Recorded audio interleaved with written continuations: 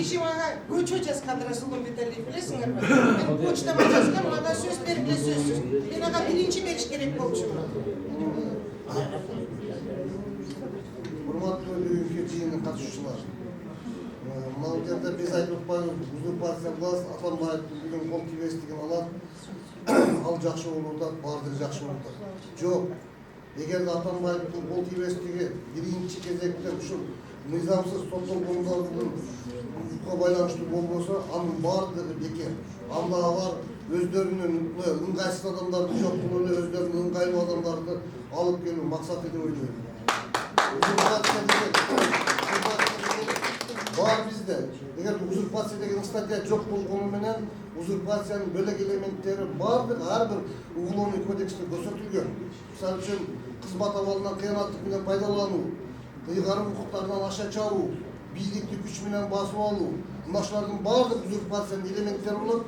Буларды бөлүп уголовный кодексте көрсөтүлгөн. Ар бир аракетине, ар бир нерсесине мыйзам баа берсе болот.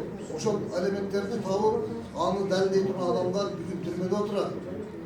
Бир дагы парламентте отурган депутаттар барып туруп Садыр Жапаровдон эмне үчүн отурасыз? Кайсы күнөөңүз үчүн? Кана мен 3 жылдан бери айтып келдим, мен 12 жылдан бери айтып келдим. Эч ким сүйлөгөн жок Атамбаевга дейт. 12 жылкы менин выступлениемди көрсөңүздөр ошол жерде жазып атам мен. Бүгүнкү бийлик эч бир мыйзамга басылган жок. Мыйзамды каалагандай деп эле бир беренеси боюнча Садыр Жапаровдун ошол жерде заборун ачкан жок. Ал бийликти күч менен басып алам деп да айткан жок. Же бийликти күч менен басып алган да жок.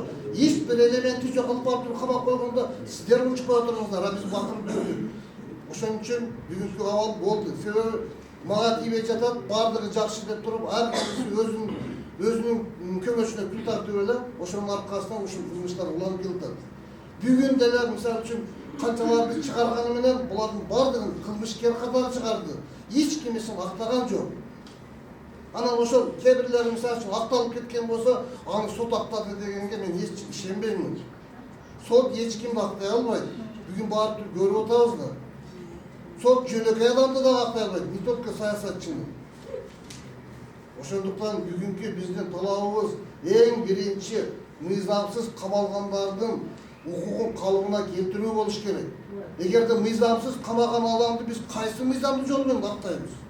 Ал саясий жол менен акталыш керек.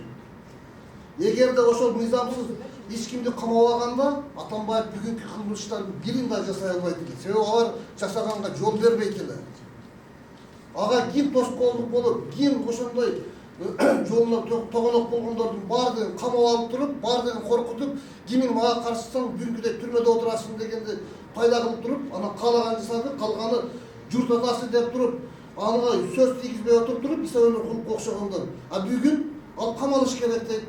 А эмне үчүн кече айткан жоксуң? Кече журт атасы деп десе, эгер жөн жатканда бүгүн деле тийишпейт элек дейт. Эгер аларга эч ким сүйлөбөй, сен отура бер, сен жакшысың десе, алар эч кимге тийишпейт экен, отура берет экен. Ошол парламент бүгүн анын кол тийбестигин алып аткан болсо, ал мыйзам ченемдүү болобу? Жок. Мен өзүм Facebook баракчама жазып чыктым.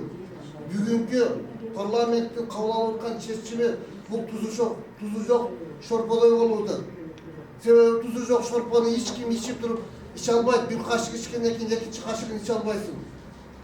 Бул да кылмыштары көрүнүп турат баардыгы. Бирок эч ким анын кылмышын барып туруп айта албайт. Ошол жерде карайт, эгер мен жок болсом айтайын.